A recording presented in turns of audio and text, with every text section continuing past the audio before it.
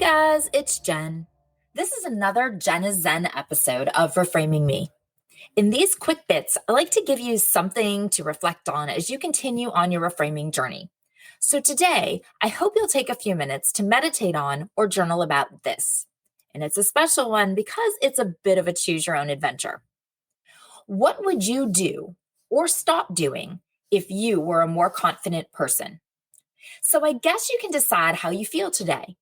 What would you do if only you were a more confident person? Or what would you stop doing if only you were a more confident person? When I think about confidence, I feel like it's always a quality that I strive for. I look at other people and I think, yes, that is it. That is what I wish I had. That is the energy that I want to give off. I could be wrong, but I also think that from the outside looking in, people probably look at me and think I'm super confident. But on the inside, I absolutely haven't always felt that way. I'm getting there for sure, but I'm still in some ways a work in progress on this one. People often take one of two approaches to improving their confidence. And guess what? Neither works. For me, I've been trying the first, the fake it till you make it approach for years. Total failure. But to be honest, I'm not really a fan of that mentality in general. On the surface, yes, it seems like I should be because it almost seems like a version of manifesting in kind of a way. But in actuality, if you think about it, fake it till you make it in any area of your life, it still means that you are just pretending. Like, you know it's not real, but you're just putting on an act for everyone, hoping that people will buy into it. Like if you were role playing or putting on a play. You can't play a confident character and expect that it will just eventually become who you are. You can't just pretend to know French or to cook or be a guitarist. Confidence is a skill, just like any of those. And it's not an easy skill to master. You can't just pretend you are until you are. Ooh, remember that Leonardo DiCaprio movie? What was it called? The one where he conned everyone with all of his different personas. Oh, Catch Me If You Can. It was based on a true story. I know it was like a book the guy wrote about his life. And don't quote me on this. Look it up if you're interested. But I do remember seeing not very long ago, actually, that a bunch of the information, like the cons that he talked about, that they actually were another lie. They never happened. So like he conned everyone into believing he was a pilot without actually being a pilot for years. But then the book he wrote telling us that he conned people about being a pilot and got to be a pilot, that wasn't true. He was never actually a pilot at all. Anyway, if you're actually interested, look it up. But for our purposes, just because he pretended to be a pilot doesn't mean he was a pilot. Pretending to be confident doesn't mean you'll become confident. I've tried, and I'm guessing many of you have tried that way too. The second is another one that people fall into, the self-improvement trap. I'll be confident when or I would be confident if only I approach. I'll be confident if I get that job, or I'd be confident if I had hair like that, or I'll be confident when I lose 20 pounds, or the very worst one of all, I'd be confident if only he liked me, or she liked me, or they all liked me. Ew, no, just no. Basing your confidence on some external validation or a completely arbitrary benchmark, it doesn't work. It may, and I strongly emphasize may. It may work temporarily, but you've placed your self-worth and self-esteem on a very shaky foundation made up from something that may very well be fleeting. And so will your newfound confidence. Maybe this sounds familiar. I'm just average. I'm just a regular girl with a regular life. I'm boring. I have a regular job. I'm a regular mom. I live a regular life. There's nothing extraordinary about me. I'm just normal smart. I'm average looking. I've got a normally imperfect body. I'm, in a word, regular. I don't have anything to be confident about. I'm nothing special compared to others. And there you go. That's the issue for so many of us. In a sentence, I'm nothing special compared to others. First, you are special. We all are. And second, absolutely nothing about confidence comes from a comparison to others. If it did, confidence would be quite circumstantial, and it's not.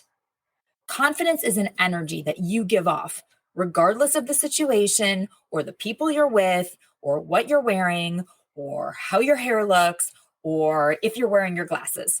That one's mine for some reason. I love sunglasses and I'm totally confident in sunglasses. And I'm good without, like with my contacts in.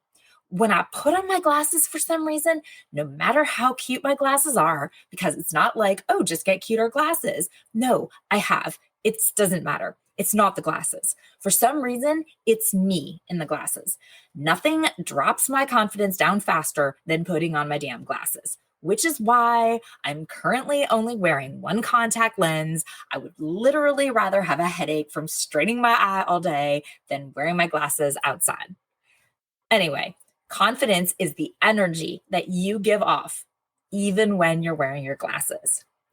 Regular people with average appearances and boring jobs and normal lives and glasses, well, they do amazing things every single day. And they walk around with confidence. So, how do we get that? How can we get that confidence too, without faking it until we make it, or without changing that part of us that we are sure we would be confident if only? No, confidence isn't about forcing yourself to just snap out of it and just be confident already. And it's not about making changes to yourself so that you can look at yourself more favorably compared to others. First, confidence is about realizing that there is no need to compare at all. Your confidence has nothing to do with them and everything to do with you. Second, confidence is learning to trust yourself. You've got this. You really do. Remember our happiness Jen is Zen episode? And if not, go back and listen because I am still convinced that our mantra for happiness starts with confidence. All I need will come to me when I need it. 100%. You have what you need. Trust yourself that when you need it, it is there. Third, confidence is taking care of yourself, realizing that you are important enough to put in the effort. Eat well, exercise, let yourself get enough sleep, meditate, journal, make yourself a priority. And release the guilt surrounding doing this. It's okay. The house will not fall apart if you do a 20-minute run. You can go to bed if you're tired. The laundry, it'll still be there tomorrow. Trust me, I did that one last night.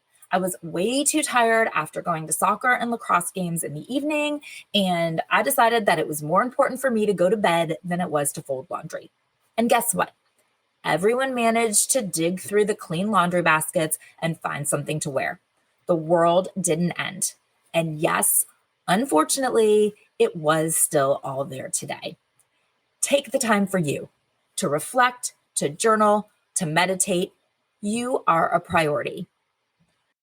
Fourth, confidence is recognizing and illuminating the parts that we love about ourselves. So do this today.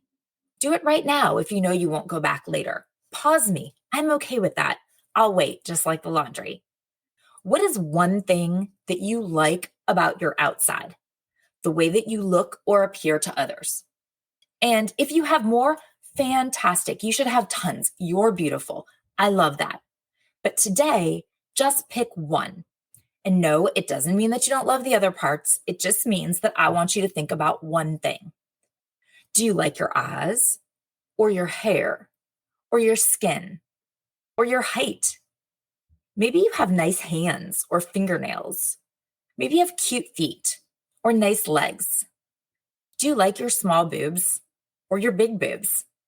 Funny because I can hear my daughter in my head, Mom, for whatever reason, I can say anything, we can talk about anything, but the word boobs, man, it gets her every time. Do you like the way you dress? Do you like that you're petite, voluptuous? Do you like your posture, the way you walk or carry yourself? What is your favorite part? What do you love? Go ahead, pause me if you need. Okay, once you have that, what's your favorite inside part? And no, I don't mean like your right lung or your liver. I mean inside, like quality. Do you love how organized you are? Kind, empathetic, understanding. Are you helpful? Altruistic, fun to be around, funny. Do you love your motivation, loyalty, your determination, or your perseverance? Again, you can have a ton of things come up because I know that there is totally more than one good thing about you, Avi, but just pick one. Go ahead, pause me again if you need to. How can you emphasize those facets of you today? No, not out to the world, just to yourself. When you pass by a mirror, be sure to look at your whatever and think, my eyes are beautiful, or my hair is amazing. Or when you walk across the house or your office or a parking lot, think what wonderful posture you have, or how smoothly and gracefully you walk. When you speak to someone, note in your head how patient you are. Congratulate yourself on being brave enough to stand and give that presentation. Or when you say hello to someone as you cross that grocery store parking lot, think about how friendly you are. Many of us were raised or grew up in an environment or a time or a family where confidence wasn't celebrated. Maybe you think it's conceited to think those things. Well, I'm going to say that if you're worried about being conceited, that's a pretty clear indicator that you are not. I'll let you know if you get there, okay? You're good, I promise. Or maybe you were raised that you should be humble. Again, I think you're probably safe on this one. Noting that your ass is really nice doesn't make you conceited or any less humble. It just means you have eyes and you notice that your ass is very nice. It's okay to think nice things about yourself. Really, it is. I promise. Okay, so back to our prompt. What would I do if only I was a more confident person? Well, that one is easy for me because I'm literally doing that as I speak here. What would I stop doing if only I was a more confident person? I would stop feeling the need to put disclaimers on anything.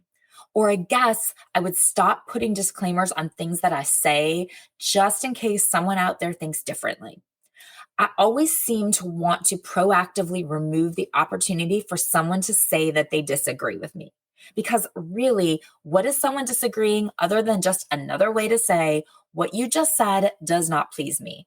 And I've established time and time again from the very first Jen is Zen episode, the thing that I need to let go of or work on is my incessant need to people please. Yes, I have totally improved on this one, 100%. But you see how it can still sneak up and come out in weird places that you wouldn't think it would? We've got to shut that baby down in all directions. I even did it earlier, right? I said something like, I may be wrong, but I believe that when people look at me from the outside, they think I'm super confident. Even that, I felt the need to put the I may be wrong disclaimer on that so that if someone out there is thinking, well, I don't think she seems confident at all. Girl looks like she's a hot mess to me. It gives me that escape hatch, that loophole that I could be like, oh yeah, see, I knew that I probably didn't come across that way. What does that in essence do? It gives that other person the power to tell me how I think that I appear. Why? Why did they get to decide? Why are they so much more adept at determining this than I am? They're not. They have the right to their opinion on it, but it's just that. It's their opinion. And that opinion is none of my business. I do not need to validate their opinion. And I certainly don't need to change my feelings about myself to accommodate their opinion. So while I am not going back to re-record this, I am changing my earlier sentence to, from the outside, I look to be confident. There, much better. So what would you stop doing or start doing if you were more confident? Confidence is a skill and not an easy skill to master. So today, no more pretending or comparing. You put that confidence on and you own it. Thank you so much for listening. Please remember to follow the show so that you don't miss out on any new content. And if you like this, please share it with your friends who might also enjoy or benefit from it. That's how we will grow our community. Reach out on socials on Instagram and TikTok at Reframing Me. And on Facebook, it's Reframing Me. And join the Facebook group Reframing Me, the podcast community, to connect with other women who are also raising teens and rediscovering themselves. Until next time, be well, communicate, and be confident.